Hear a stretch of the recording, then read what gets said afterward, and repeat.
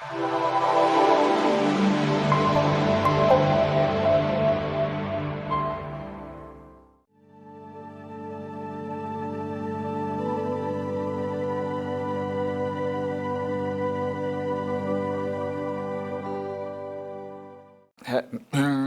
language we are going to use today, English or Burmese, or both? English is better as all our foreign speakers are here. So English will be good for everyone. Okay, I can do that. Thank you.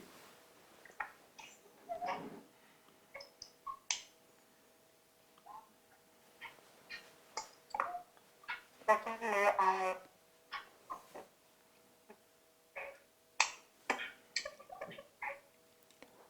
medicine ကျွန်တော်စလို့ရပြီလား။ခွန်တော်မိတ်ဆက်ဖို့။ရတယ်ရှင်ဟုတ်ကဲ့ဟုတ်Micah, you can start introducing the introduction for the paper.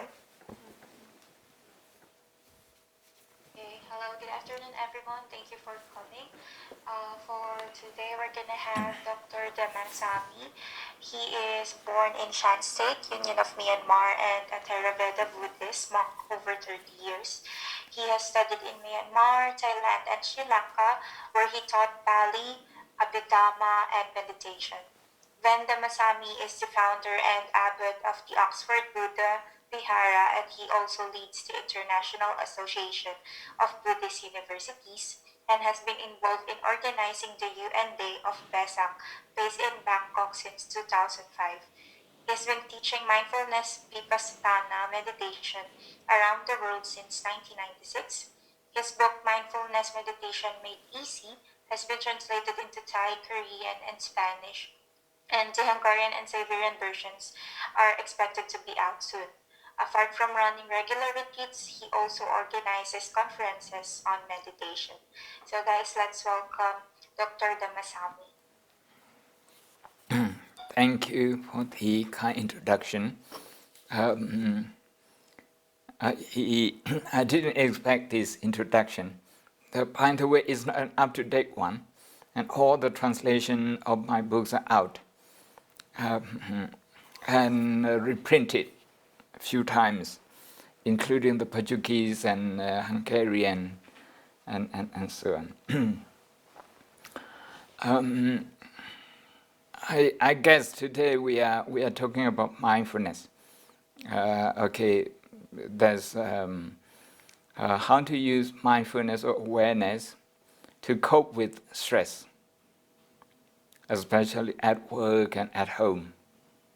Okay, we are not talking about the life of a monk or a nun. Buddhist monks or Catholic nuns, for example, I participated in a cross-cultural conference in a villa in Spain, where you have a Saint Teresa of Avila, okay, very good meditator. That's in the 16th, 17th centuries.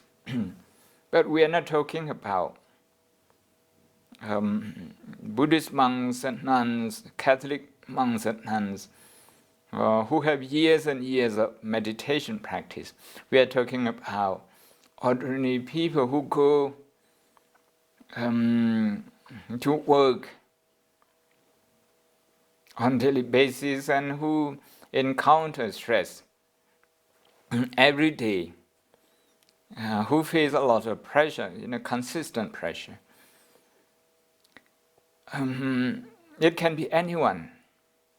It can be a Buddhist, a Hindu, a Catholic, a Protestant, a Muslim, an atheist, a non-believer. It can be anyone. So we are talking about how we can use mindfulness, which we can do it ourselves. And not just in meditation centers, in retreat centers, Buddhist meditation centers, Hindu ashram, and also Catholic meditation centers. Those religions, they have meditation centers, retreat centers. I'm not referring to those places. I mean that it's possible to meditate right there, okay, in your office. Sometime, if you know how to do that, maybe half a minute, maybe 1 minute, you can do that when the meeting is going on in the boardroom. Or sometimes just before a teamwork meeting, you give yourself exactly 60 seconds. 60 seconds, that's 1 minute. 1 minute. And how to do that. So, but today I like to focus on that because I look at your profile as Katie Group. Forgive me, okay. I have not been furbished with a lot of information about your company, so I don't know much about your company yet. But I imagine it would be like any other company with a lot of stress, deadlines, and delivery days, target days, and all those things. All those things. So now I'm going to persuade you. Let's see whether you will be persuaded. Why you should be doing mindfulness meditation at home and at work. Okay. My reason is that according to some scientific findings, people who study the brain of the meditators and the brain of non-meditators together, compare them. And they have found that in non-meditators, the mind wandering is so constant that, about 47% of your time at work, your mind would be here and there, all over the places going. And if that happens, your mind is not that focused on the task that you're doing. So 47% is quite a lot. This is from research from Wisconsin University and other collaborated institutions. I'm referring to the work of Professor Richard Davidson, who has been meditating for nearly half a century, who is a neuroscientist and also clinical psychologist.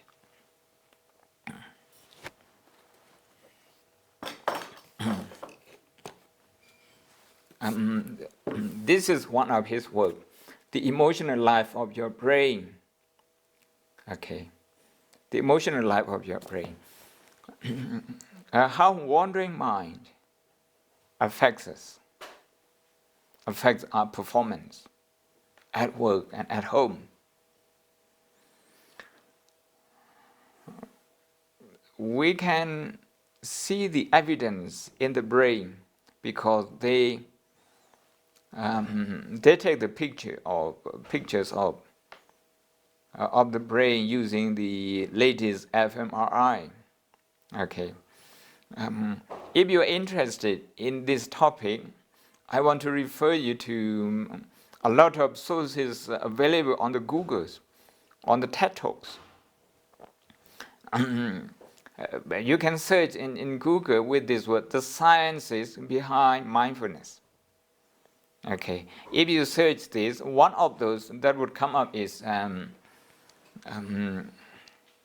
think 17 or 18 minutes talk.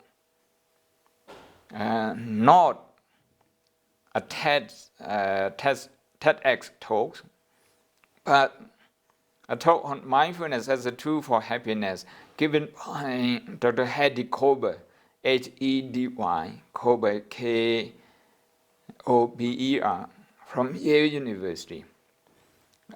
She was invited to speak about using mindfulness to increase happiness and also to reduce our stress at the World Economic Forum in Davos.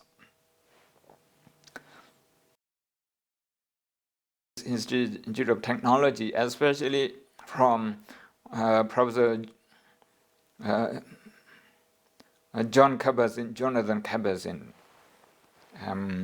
who has since retired from MIT Hospital, a physician and a biologist there. So today is where found it that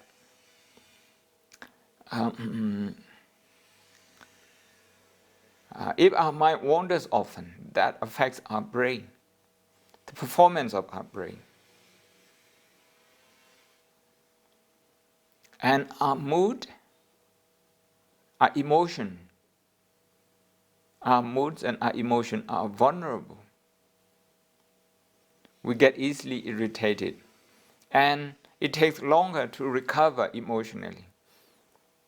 Okay, after we have been irritated, after we have formed a negative view on a colleague, on somebody, we need to recover from that. Otherwise, it's going to destroy the relationship and the environment at the workplace. So each staff,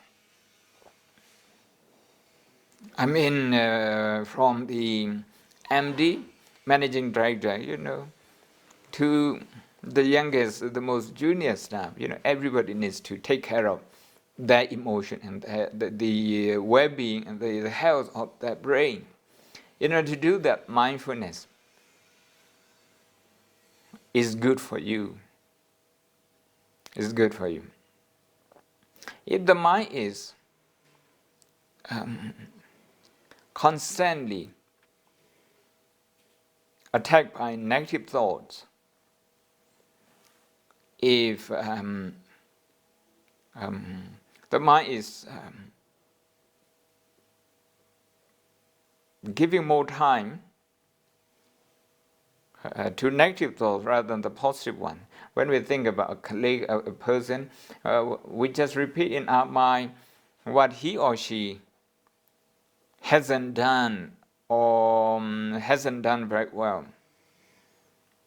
If we do that, the autopilot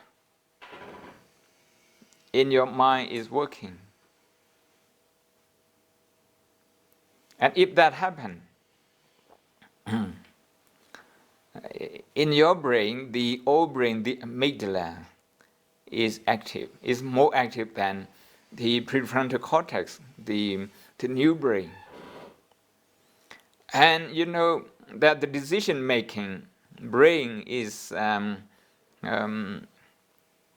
with the prefrontal cortex, not with the old brain. The old brain, the amygdala, is about fight and flight. Sometimes we also add another one, freeze. Fight, flight, and freeze. Whenever there is a situation, instead of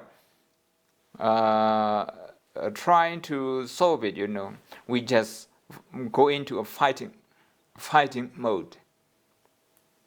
As a result, increasing pressure on everyone.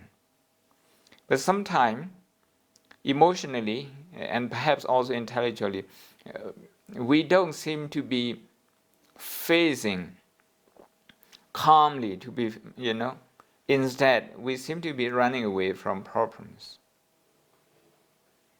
We either suppress it or emotionally we don't want to touch upon it because we feel rather uncomfortable. So mindfulness that we use, of course, originally is from the Buddhist meditation tradition, but today it has been made secular in the West. Everybody can practice it without any belief attached to that.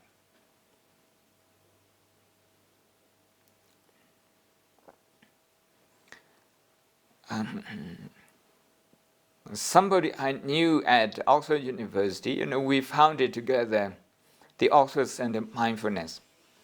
He was the director, now he is retired. I was one of the trustees. And his name was Professor Mark Williams. He was actually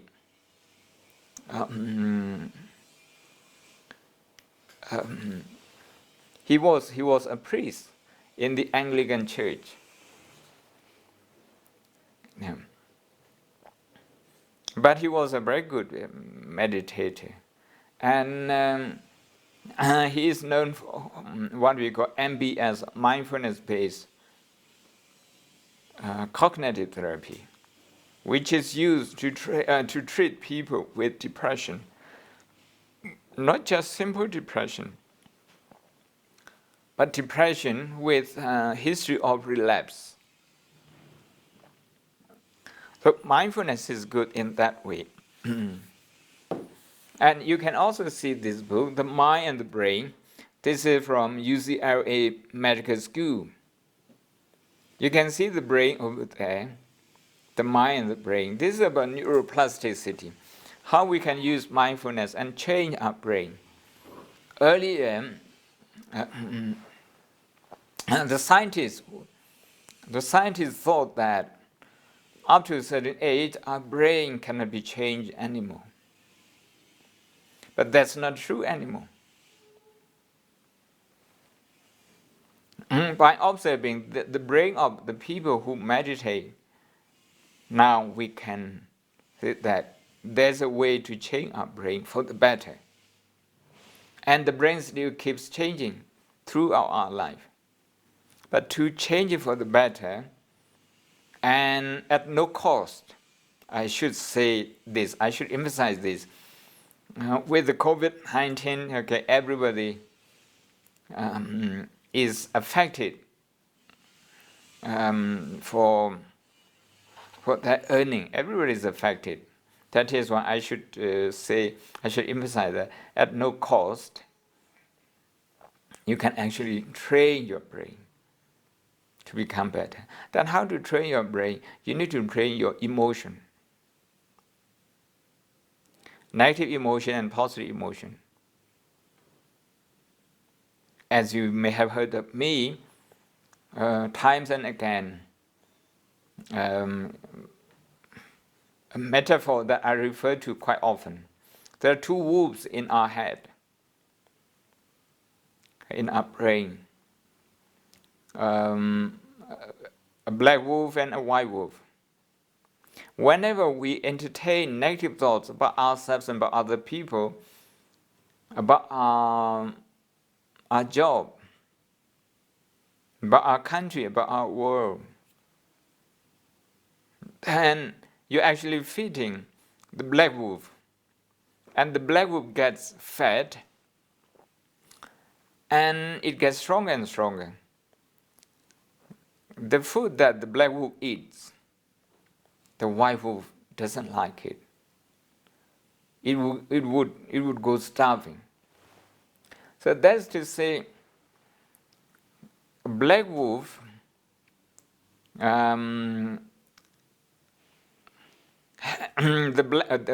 black wolf has negative opinions, negative attitudes as its nutrition, whereas the white wolf has positive thinking as its supplements, as its food. Here, when I say positive thinking, we are not talking about ignoring all the problems, ignore all the negative things. No, that's not how we define positive thinking in the Buddhist tradition, in Buddhist psychology. In Buddhist psychology, positive thinking means when we are faced with a problem, to remain hopeful, to remain positive, to put it in a more precise and clear manner, when we are faced with problem, to believe that there is a way out, even when we haven't found one. To hold a belief, a positive belief that there is an answer, we just need to find it. So this is a long introduction to mindfulness. Now, I'd like to describe how we do mindfulness, and after that, I'd like to invite you to join me for about 2 minutes, focusing on breathing, doing this exercise. You can do that at work, just 2 minutes, okay? Usually I would do at least about 3 minutes, but today I want to leave some room for questions and answers. And I consider this to be an introduction to the practice for you.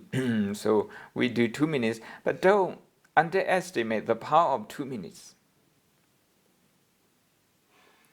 If you clock up maybe a few hours, about 8 hours, 2 minutes every day, that means 1 month you will get 1 hour. So 8 months you will have 8 hours. But if you do this regularly on daily basis, even 2 minutes will have an impact, a positive impact on your brain. The frontal side of your brain will be more active than the back side, or the brain at the back side, the amygdala. So it's about choosing what we are going to make our default position. Default position with our brain. Is it positive or negative? Is it autopilot or mindfulness? We can choose. You can choose. So the way to do this is very simple. Just to connect with our breathing. We always breathe. We breathe all the time, even in sleep. Of course, when we have a sound sleep, actually we breathe better, because at that time we are not bothered by any worry and anxiety. So at that moment, the breathing pattern is very smooth. In and out breath is very smooth. The intake of the oxygen is quite sufficient. That is when we get rested. We get re-energized through our sleep. But if we have a lot of anxiety, it doesn't matter how many hours you sleep. You wouldn't be freshened up. You wouldn't be re-energized quite easily, because you haven't cleared your head. And the way to clear your head is not about going hiking, going on holiday. That's something like an escape. You try to escape from your problem. When you come back, the same problem will return. So you need to tackle the problem where it is, the root of the problem. So I'd like to mention 2 things. One is attitude. One is attention, the other is attitude. Attention is about awareness. Okay, we are going to be paying attention to our breath, in and out breath. Attitude, what is it? Attitude is attitude of acceptance, attitude of recognition. We recognize that we have anxiety. We recognize that we have stress. Okay. The attitude of acceptance, the attitude of curiosity. To be curious of what is this stress? To look at that closely, to feel that mindfully. Remember this word, to feel that mindfully, to feel anxiety mindfully. If you feel anxiety mindfully for 1 minute, you will understand what anxiety is. And more, okay, gradually you will learn how to cope with that. The thing with us, the trouble with us is that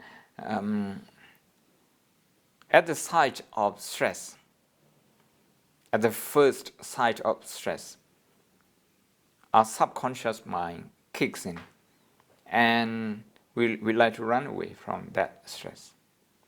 So that's the description of fight and flight. So two components, attention and attitude. Attention is mindfulness.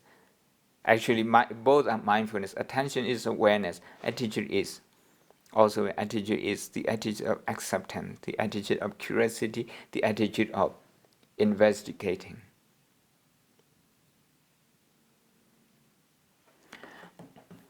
With this, I'd like to describe you how we can do mindfulness. We will have our breathing as a chosen focus. Not the only focus that we have to work on, but we can use it as the main focus, at least for now. The main focus, having our breathing as the main focus. What do? When we breathe, we try to be aware that this is an in-breath. When we breathe out, this is out-breath. It's easier said than done. So I'm going to help you with a simpler technique. Let's say when you breathe in, you can count your breathing. Breathing in, then you count in your mind. 1, 2, 3. Okay, that's slow and gentle breathing. One in breath, you count 1, 2, 3. For one out breath, again, you count 1, 2, 3. Let's put in a little bit more effort, slightly more. Okay, not to push yourself too harsh, but just to ensure that you supply yourself enough oxygen to the lung, and from the lung to the whole body and to your brain. So that's the description of mindfulness of breathing. But even though we are going to meditate or we are going to do this exercise for just 2 minutes, I want to reassure you that your mind will not be on your breathing for the whole 2 minutes. You got to expect this. You got to expect this.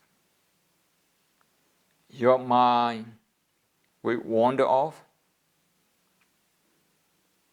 That is to say, an autopilot mode is on. Many people don't know how to switch it off. So the autopilot mode is on most of the time. It's just a habit. Okay. In the Buddhist tradition, we don't look for any causes outside our mind body. We look for problems in the pattern of function in our mind and our body. And we believe that we can change it with our own effort. This is the heart of the Buddhist belief, if you don't mind me talking about a little bit about the belief system.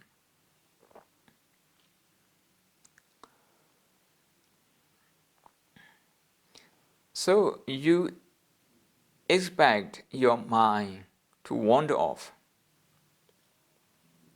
It might go to your work, what you have done yesterday, last week, what you will have to do on Monday, or you might be thinking what you're going to cook on Sunday.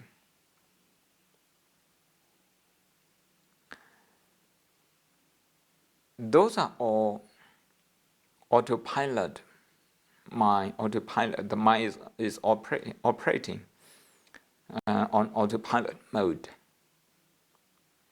You shouldn't be paying too much attention on the contents of those autopilot mind. What you should be doing then is to focus on the behavior of that subconscious mind, that auto mind. Its behavior is that it operates automatically. So when a thought arises, you just name it as auto mind. Oh, this is auto mind. This is auto mind. Auto mind is on. And then return to breathing.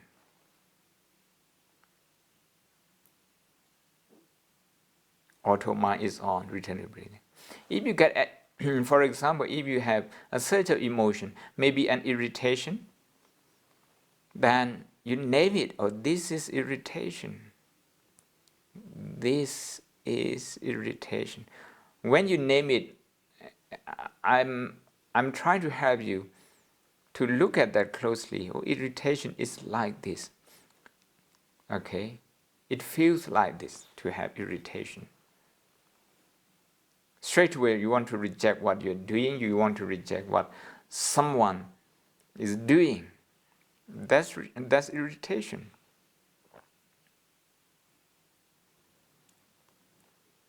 I must add one thing.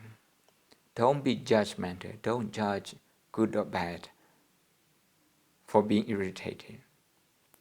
Just try to observe irritation as a third person, as a spectator, as if you are a third person observing an actor or actress performing.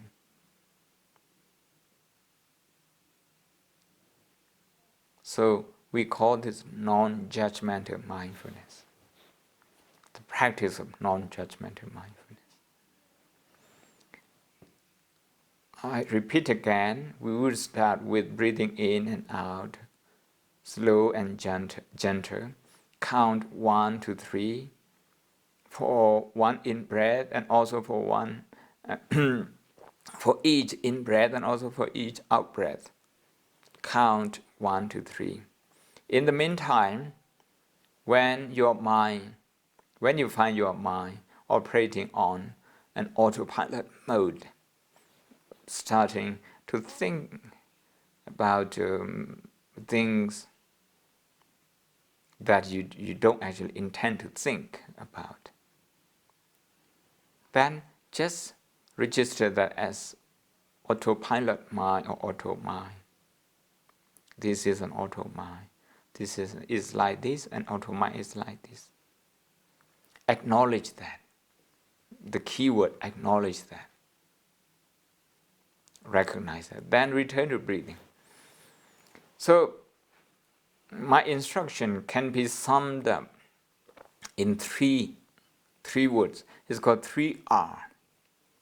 Number one is register. To acknowledge is to register. To acknowledge your breathing in, acknowledge your breathing out, to acknowledge irritation, to acknowledge wandering mind. This is called register.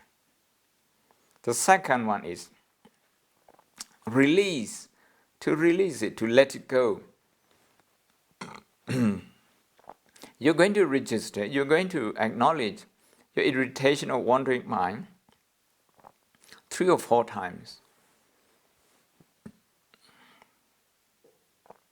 This is irritation. This is wandering mind, like that. Then you release it, you let it go.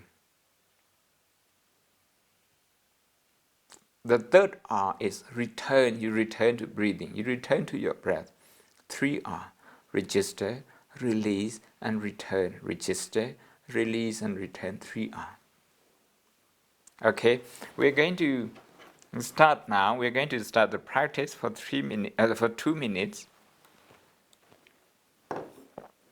I'm going to set the time up just to make sure that we don't meditate more. We don't meditate longer than 2 minutes.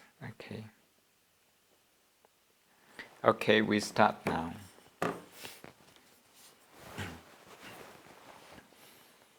Just sit comfortably, relax. Now breathe in and out, slow and gentle.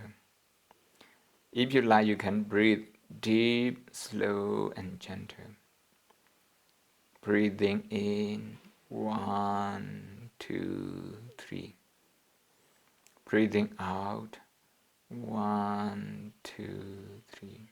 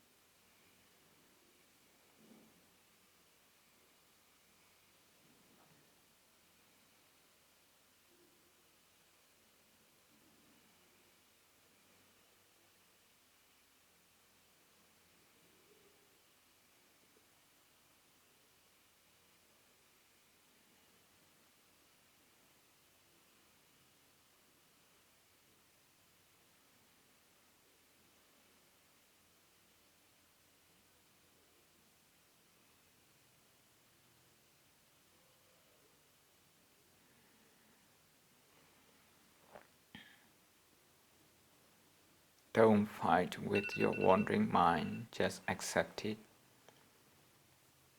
Then release it and return to breathing, the attention of breathing.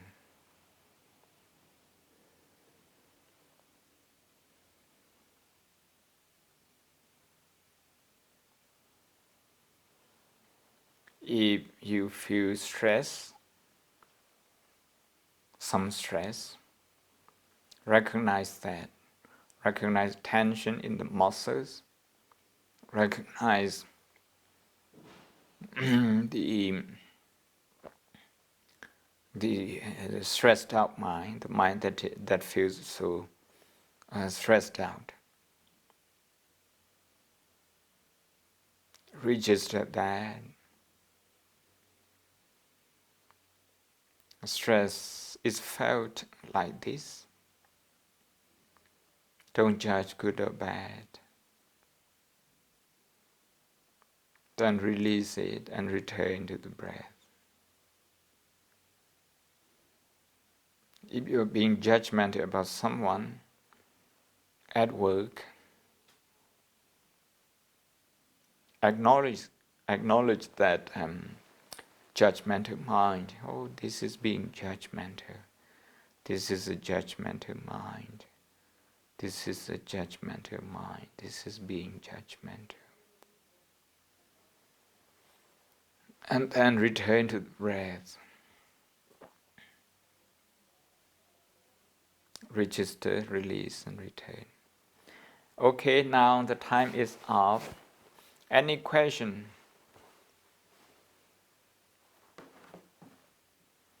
We have about 15 minutes for questions. About a quarter of an hour, yeah. You can ask either in Burmese or in English. I'm fine with both. 听到的。Uncle, in the meeting, you can ask any question. You can discuss.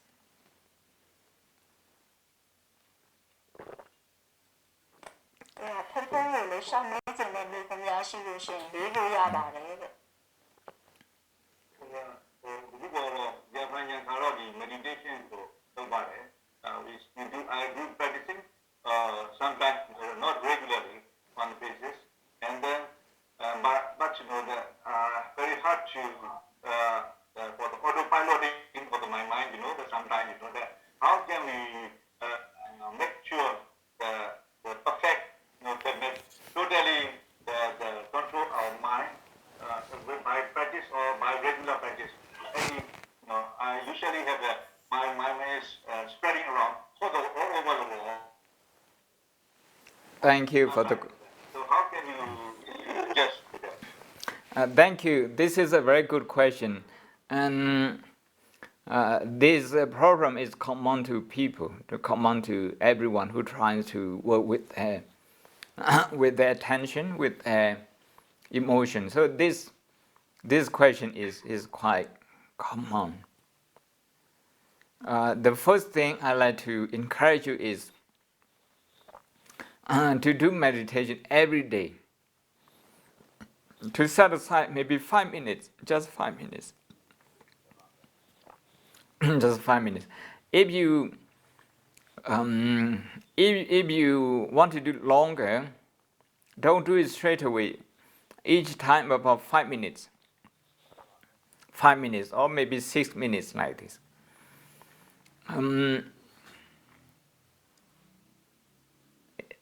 To do meditation on and off is something like to take a vitamin on and off, to do physical exercise on and off. You don't build up a good muscle, a strong muscle. So instead of doing a long stretch of meditation, you should do meditation on regular basis. I mean, every day, I say 5 minutes. We always have time. We can find time, 5 minutes. Sometimes I meditate in the car. Okay, when I have to commute from one function to the next, one workshop to the next, like that. So I would meditate in the car, just focus on breathing. Okay, the other part of, or one part of your question is that you can't control your mind. You may have noticed that I didn't use the word control in my explanation. You see? Instead of trying to control the mind, we should only try to understand the mind. If you understand how a car works, how its engine works, how its steering works, you can drive your car. That's enough.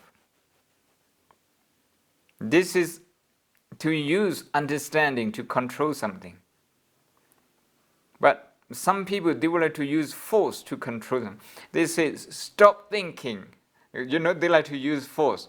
And when their mind doesn't stop thinking, they become very frustrated, they just give up. Okay? Because they are fighting with their wandering mind. So, the way I have just explained you is that when your mind wanders, number one is to expect that your mind will wander. If you don't expect that, when it actually happens, you get surprised. You become shocked. You didn't expect your mind to be wandering like this because we all think we are in control of our life. We are in control of many things. That's not the case. Look at our current situation in the face of the COVID-19. No one government is in total control. They're just trying to understand the symptoms and do their best. Do their best. So no one is in total control. at this point in time, economically and in terms of fighting with the virus, with the pandemic. With the best scientists, they are not in control. More than 120 medical research groups are working on some form of vaccine, and they themselves, they know how to play with something beyond their control. So we shouldn't be obsessed with controlling our mind. Instead, we should be aware of what our mind is doing. If our mind is thinking, if we know that it's thinking, then this is good enough. This is good enough. The thinking will slow down. Will slow down. So to accept that thinking, okay, it's a human privilege to be able to think. It's a human fortune to be able to think, to have this faculty of thinking.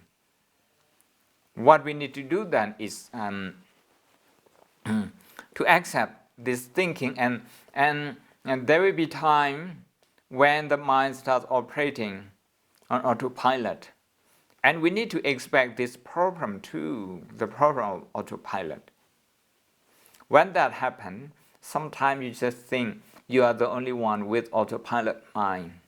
Everyone else looks so concentrated, so focused, so serene, you might be tempted to think that way. But that's not reality, that's not what happens. Everybody's mind wanders. Now, to be able to watch your mind wandering without reacting to that is a very good meditation. Very good meditation. Then you can see where your mind goes. If it goes to the same issue, that means underlying that wandering mind is anxiety. You discover something by watching wandering mind. You discover your anxiety.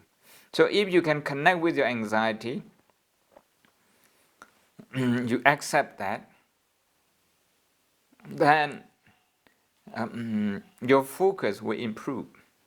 Please try this.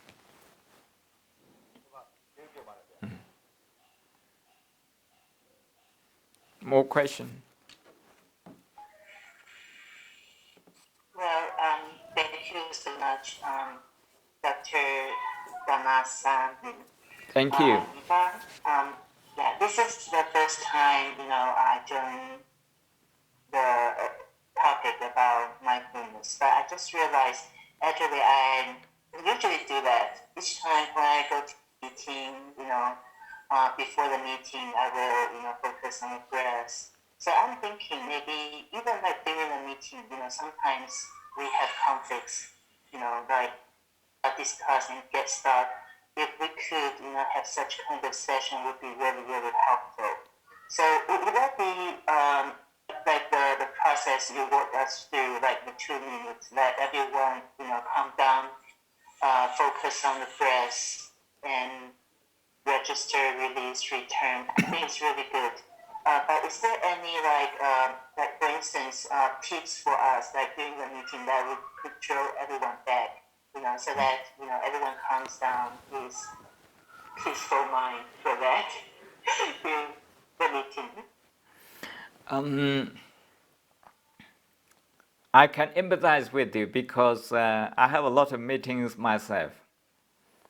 For the last 15 years, nationally, internationally, I frequent, meetings in a few countries, conferences, academic meetings, and interfaith meeting like this.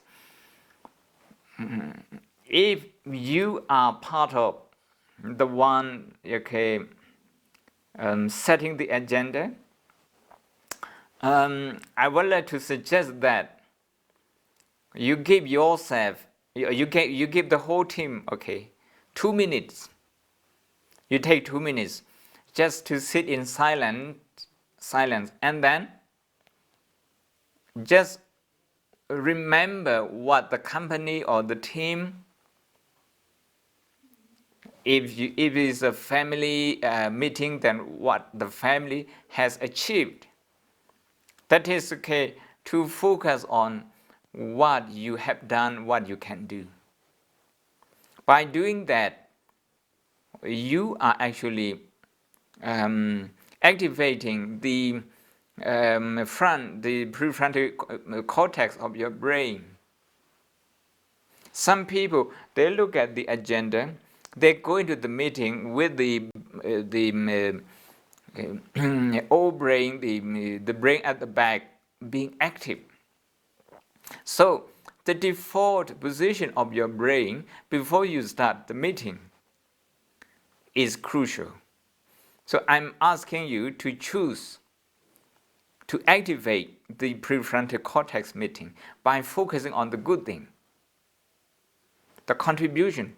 Or you can, okay, if we say 2 minutes, the first minute you think about your contribution, what you have done, what you have achieved personally and in the company. Then the second one, think about someone else in the meeting who has spent a lot of time and also contributed to the development of the company. If you do that, as I mentioned earlier, you are choosing the right default position. This is a computer word, but we use it for brain. Default position of your brain. Then when you hear some discussion that don't agree with your opinion, you don't react straight away because your brain position is the correct one.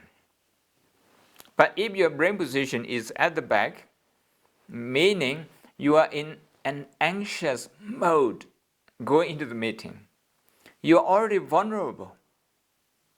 Okay, your resilience is quite thin. You can explode anytime.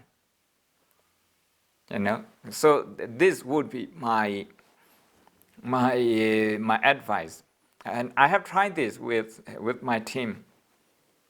And when we don't do this, the discussion takes longer than it should. But when we can do this, actually people are very accommodating towards each other, very understanding. Of course, if many people, if not everybody, have this exercise, mindfulness practice, then is a lot more helpful to the function of the team. Yeah, I hope this helps. I can take one more question. Thank you. Thank you.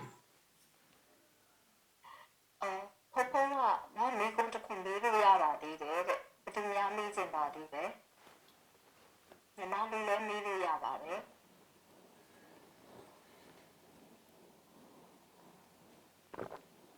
ဒီစရာမေးလို့များရှိပါလားရှင်ဘုရားကိုရှောက်စရာများရှိပါလားရှင်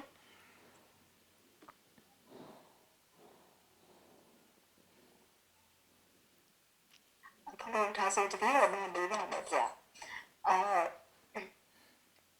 စိတ်ပေါ်နော်အရင်ပူပါပေါ့နော်တခုခုဆိုလို့ရှိရင်စိတ်အရင်ပူတတ်တဲ့အခါကျတော့တစ်စုံတစ်ခုပေါ့နော်when we meditating I take not a regular but what I doing the regular things is before I sleep I take some minutes of meditation.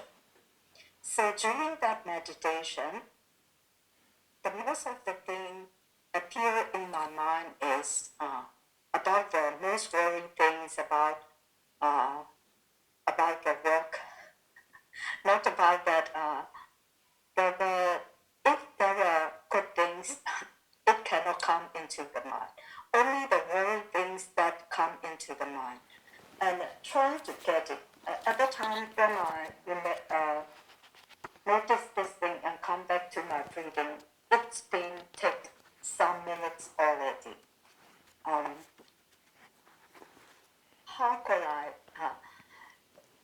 Can you help me to get some guidance for Okay. all these stories? စိတ်ပူရပါဗျ။ပူတာပဲစိတ်ထဲရောက်ရောက်လာတယ်ဗျ။မှတ်တဲ့ခါကြတော့လေ This book is called Siddhartha's Brain. Siddhartha is in Burmese Siddhartha. Okay, Siddhartha means that Prince Siddhartha.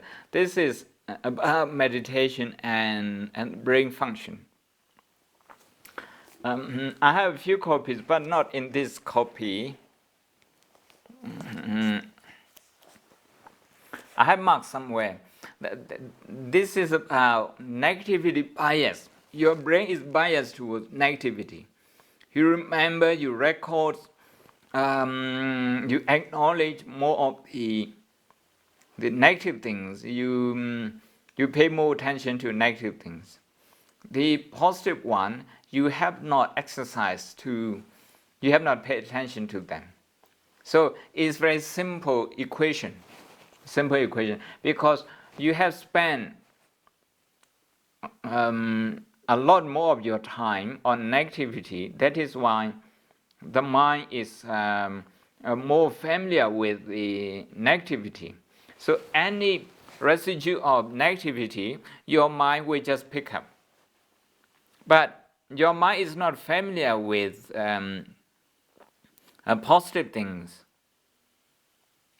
that you have achieved, that you have worked hard for. Your mind is not keen to revisit them. Actually, you have a lot to rejoice in. You have a lot to be proud of. But the default position of your brain or your emotion is just negativity. So if you make a point, I usually say 4 minutes meditation to solve this problem. I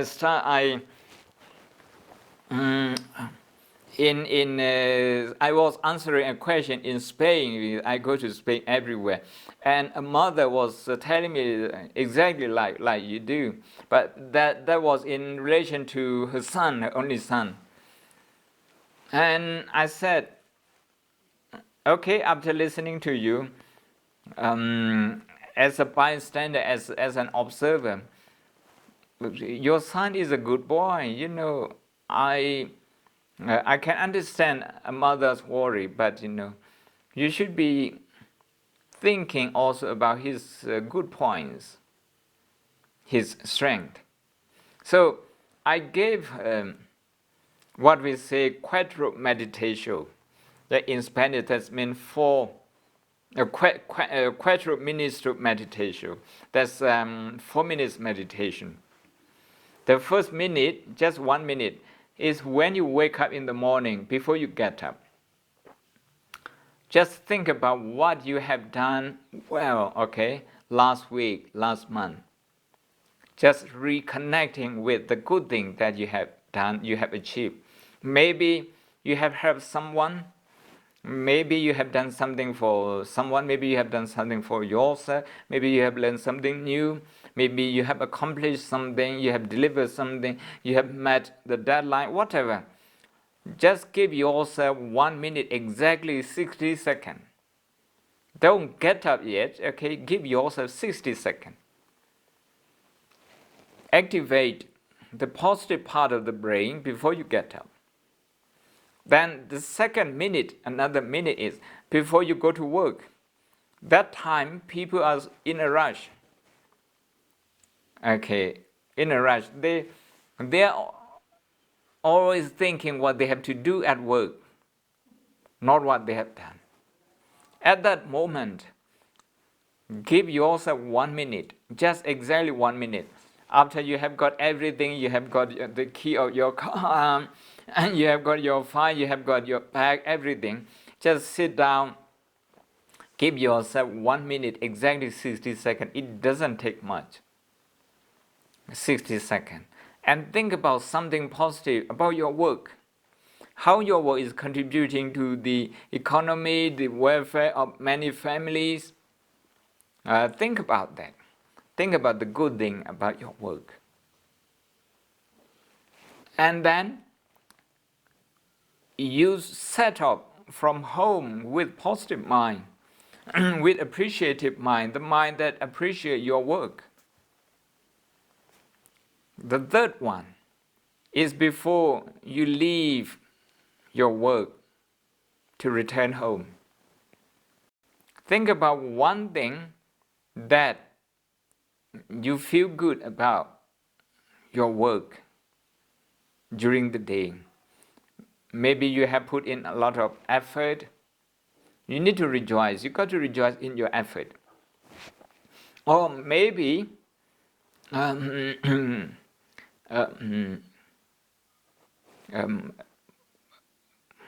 you have done something else that is helpful, okay, to other people or to yourself. Just trying to think of something. Even if you have done 10 things, okay, 10 tasks in that day, on that day, and 9 of them are not quite satisfactory, only 1 is okay, then think about that one thing that is okay.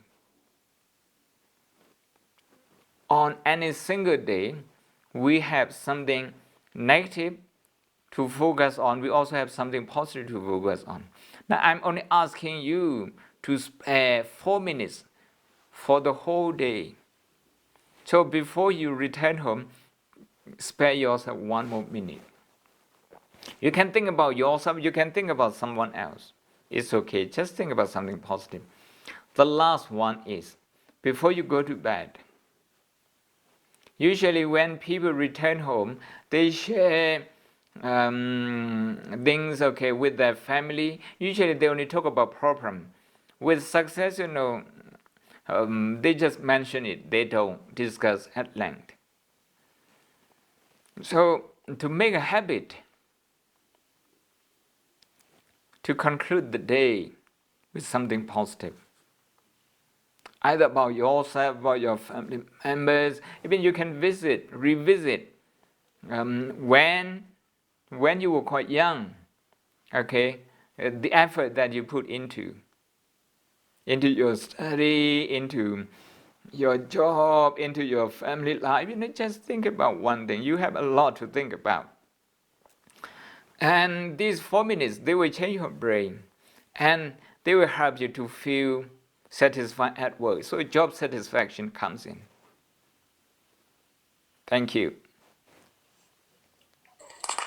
Thank you, Papa. Thank you. Just 4 minutes meditation, okay? Yes. 1 minute at a time. I'm not demanding so much from you. Yeah. Okay. Thank you. Okay. Just trying to practice, everyone. Yeah, and also trying to visit, trying to search on Google, mindfulness as a stress reduction, or mindfulness and compassion, something like this. Okay. Thank you. Thank you.